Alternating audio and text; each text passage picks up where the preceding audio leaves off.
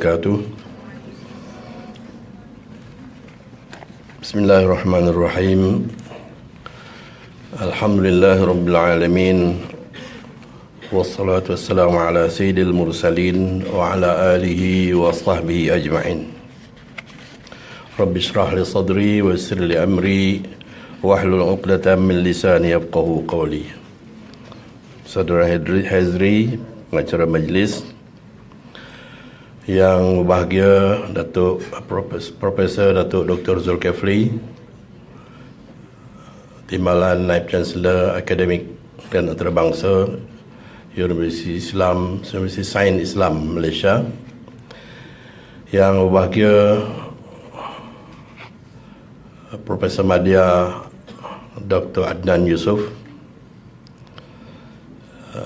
yang juga ahli Jawatan Kuasa Fatwa Jabatan Mufti Negeri Sembilan, dan juga selaku penyelaras program Irsyadul Fatwa yang diadakan di USIM pada pagi ini. Para ahli panel pembentang fatwa sebentar tadi, yang bagi Ustaz Zamani dan juga Dr. Syuhada, Timbalan Mufti, Sahibul Fadilah Ustaz Haji Nur Azamir Alias,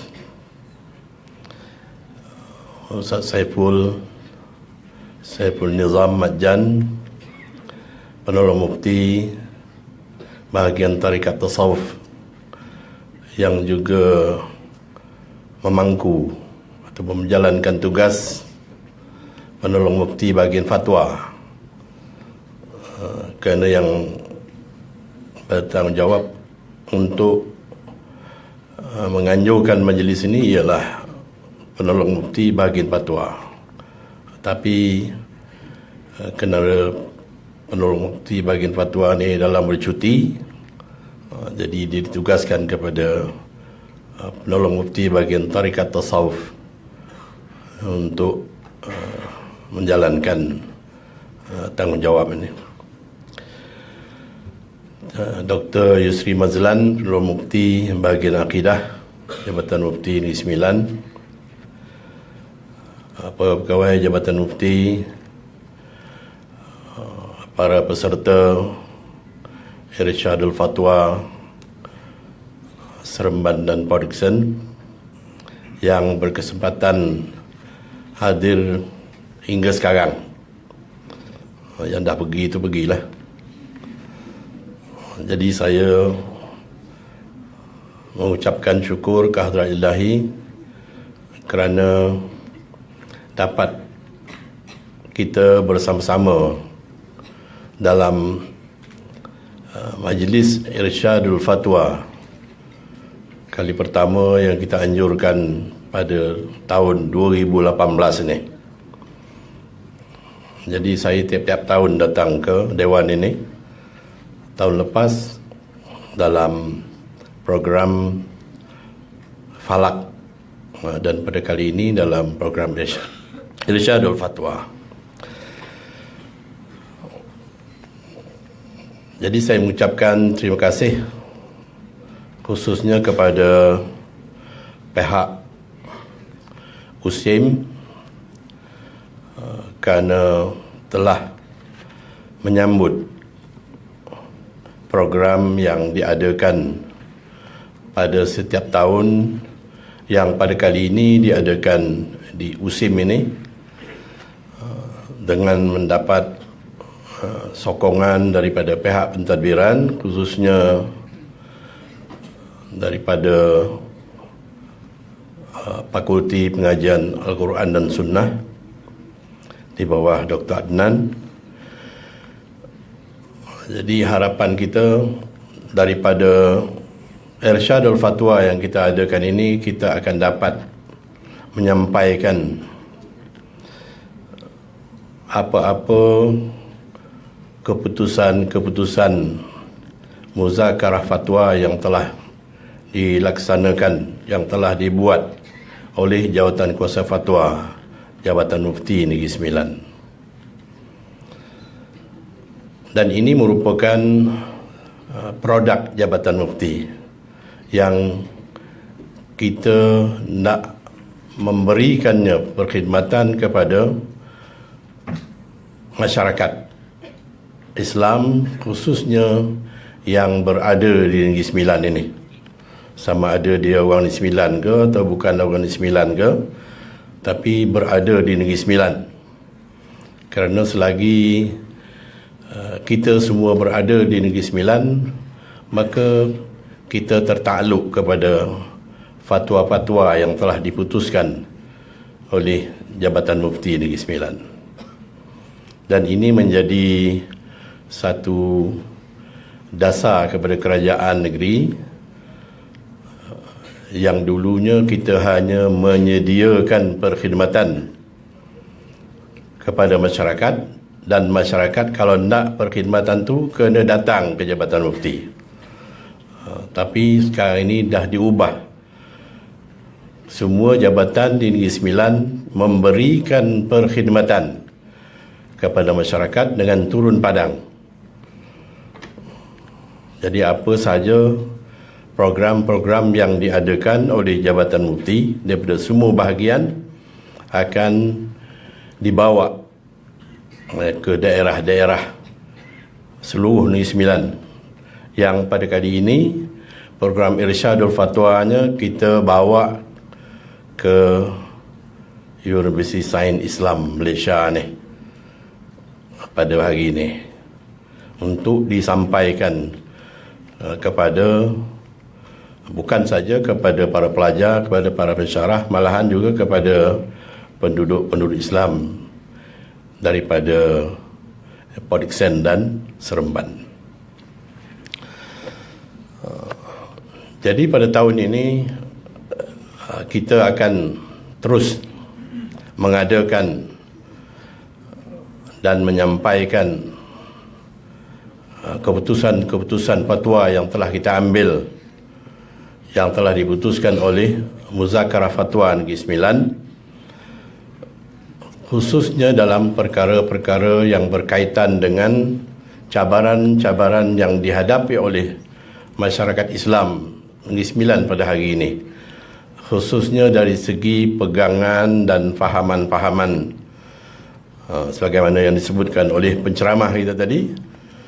Banyak fahaman, banyak pegangan dan banyak perkara-perkara penyelewengan yang berlaku di Negeri Sembilan ini.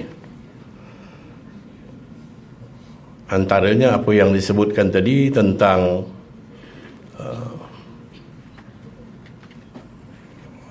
ajaran zikir nafas, rahmat,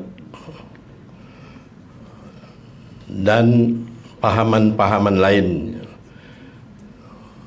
terutamanya yang telah menular dalam kalangan masyarakat, yang memberi kepahaman bahawa amalan-amalan yang telah sekian lamanya dipegang dan diamalkan oleh masyarakat Negeri Sembilan ini merupakan perbuatan-perbuatan yang bertentangan dengan Islam. Jadi termasuklah kenduri-kenduri arwah, tahlil, baca Yasin, mengadakan sambutan Maulid Rasul. Sedangkan semuanya ini kalau kita lihat perkara-perkara yang bandingannya telah pun kita buat dalam masyarakat, bukan saja di Negeri Sembilan tetapi di seluruh negara kita Malaysia ini. Kita biasa menyambut hari kemerdekaan, mengadakan perarakan. Kita biasa menyambut hari keputeraan duli-duli yang maha mulia, raja-raja. Jadi semuanya itu tidak ada apa-apa masalah pun yang timbul. Walaupun di negeri-negeri yang mengatakan bahawa sambutan-sambutan itu tidak ada dilakukan dan tidak wujud dalil-dalilnya dalam Al-Quran dan hadis. Tapi apabila tiba kepada sambutan Maulidir Rasul, Di sinilah mereka mempersoalkannya sebagai suatu yang tidak ada dalil di dalam Al-Quran dan hadis. Malahan dikatakan perkara-perkara itu tidak dibuat oleh Rasulullah dan tidak dibuat pada zaman Rasulullah. Jadi kalau bandingannya sama, kita pun sekali setiap tahun mengadakan hari convocation, tak ada dalil juga, tapi kita buat. Tapi tidak ada siapa yang mempersoalkannya. Tetapi apabila berkaitan dengan agama, jadi mereka mempersoalkannya, menghalangnya, membid'ahkannya. Bukan saja setakat membid'ahkan secara umum, tetapi membid'ahkan secara bid'ah dalalah, mengatakan sesat. Mana kalau kita baca Yasin, ujungnya besok kita berada dalam neraka kerana baca Yasin pada malam Jumaat. Kita dimasukkan ke dalam neraka kerana semata-mata menyambut majlis Maulidur Rasul. Jadi ini suatu yang double standard lah bagi sesiapa pun ya melihat perkara ini, walaupun dia disebut dinyatakan oleh pihak yang berautoriti, kerana dia akan diam dalam satu perkara dan akan mengatakan salah dalam satu perkara yang lain yang kedudukannya hanya sama saja. Jadi inilah yang kita semua masyarakat Islam di Negeri Sembilan ini patut memikirkan, bukan hanya terus menerima apa saja yang disampaikan oleh pihak-pihak berkenaan, khususnya apabila pihak-pihak berkenaan itu merupakan orang-orang yang mempunyai pengaruh, orang yang mempunyai kedudukan dalam jawatan-jawatan yang berkaitan dengan agama di negara kita ini. Jadi itulah yang tujuan Irsyadul Fatwa ini diadakan, selain daripada kita nak menyampaikan fatwa-fatwa yang telah diputuskan, kerana selama ini fatwa-fatwa yang diputuskan sama ada oleh Muzakarah Fatwa Kebangsaan ataupun Muzakarah Fatwa Negeri hanya tersimpan dalam fail-fail di Jabatan Mufti saja, dalam fail-fail di JAKIM saja.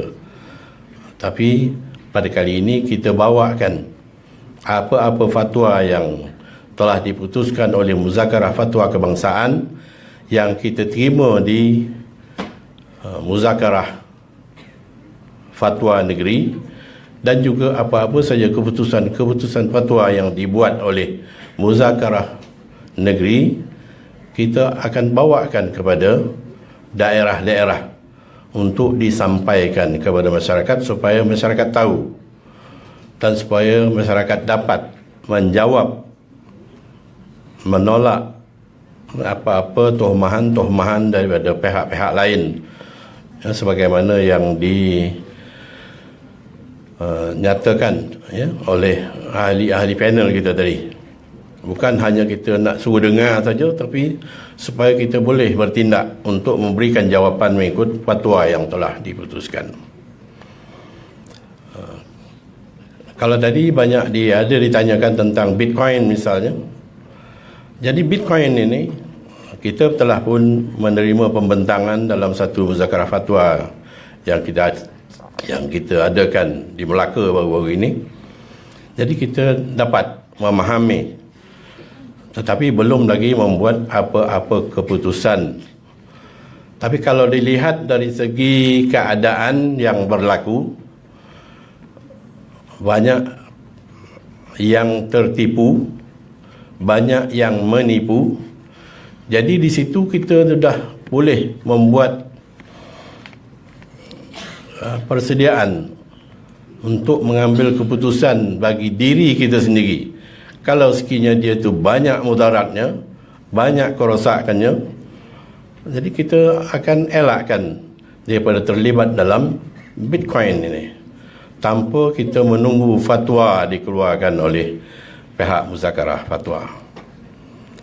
Begitu juga tentang rantai tadi.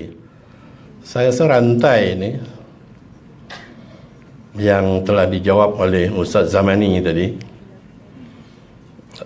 Rantai kalau umum lah, beruk yang berantai ni, beruk jantan, itu yang berantai.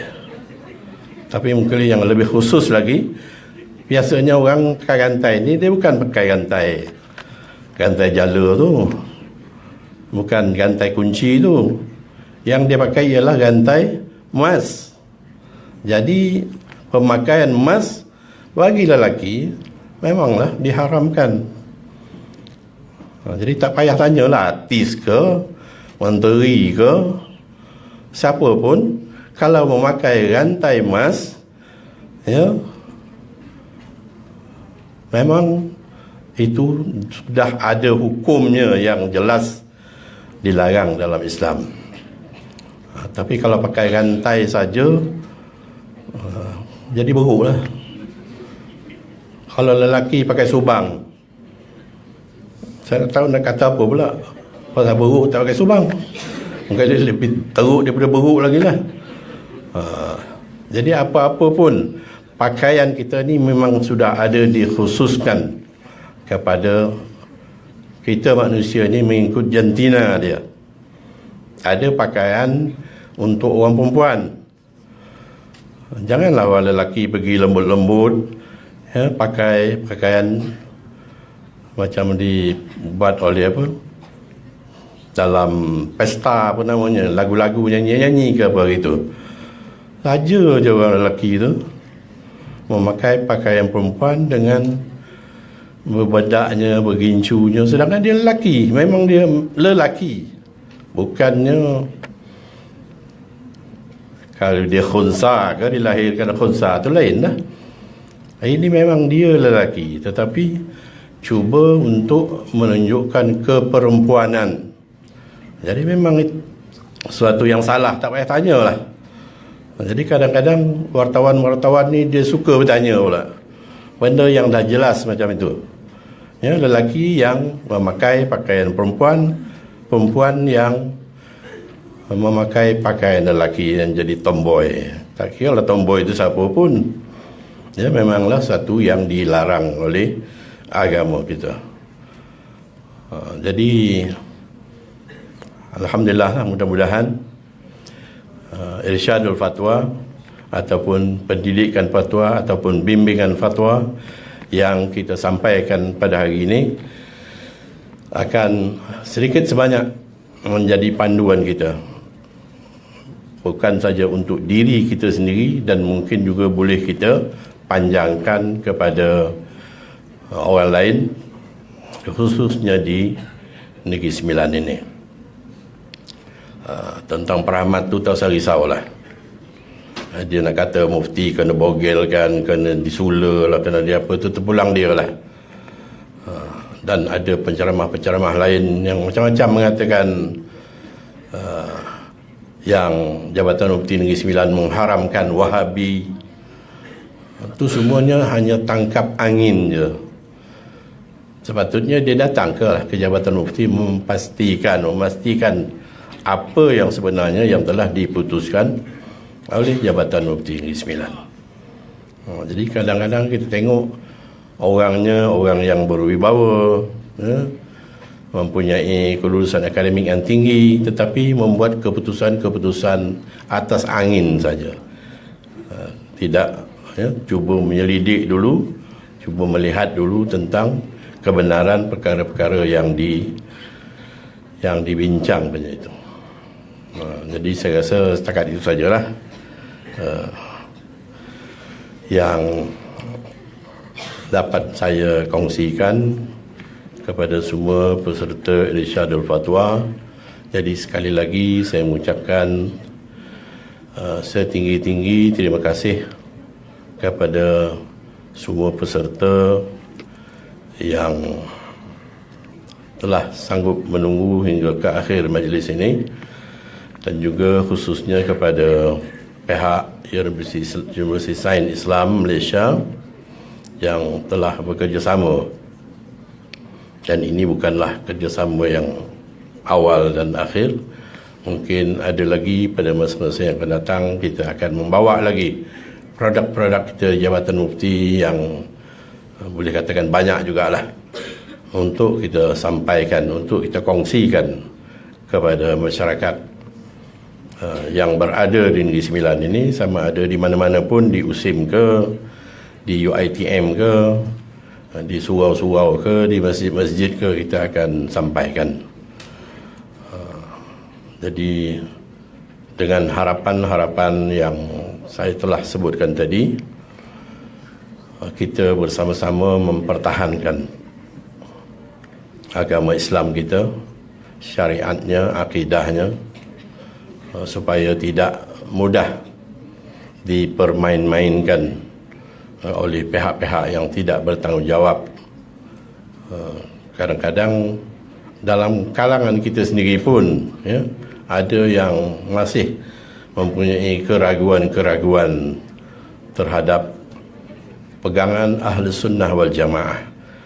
Tapi telah diterangkan oleh yang berbahagia Ustaz Amin Daud tadi, saya rasa itu agak jelaslah macam mana pegangan kita Ahli Sunnah wal Jamaah yang perlu kita pertahankan. Bukannya tidak berasas, bukan kita hanya buat-buat saja, tapi memang mempunyai asas akademik, asas sejarah yang telah sampai ke kurun-kurun yang dikatakan kurun-kurun Salafi dan Khalafi ya dulu. Ya, bismillahirrahmanirrahim. Tengok tuan-tuan semua dah senyum-senyum, ya dah senyum apa pun tak tahu. Bismillahirrahmanirrahim. Dan ini saya merasmikan penutupan Irsyadul Fatwa kali pertama 2018 pada hari ini di Universiti Sains Islam Malaysia. Wassalamualaikum warahmatullahi wabarakatuh.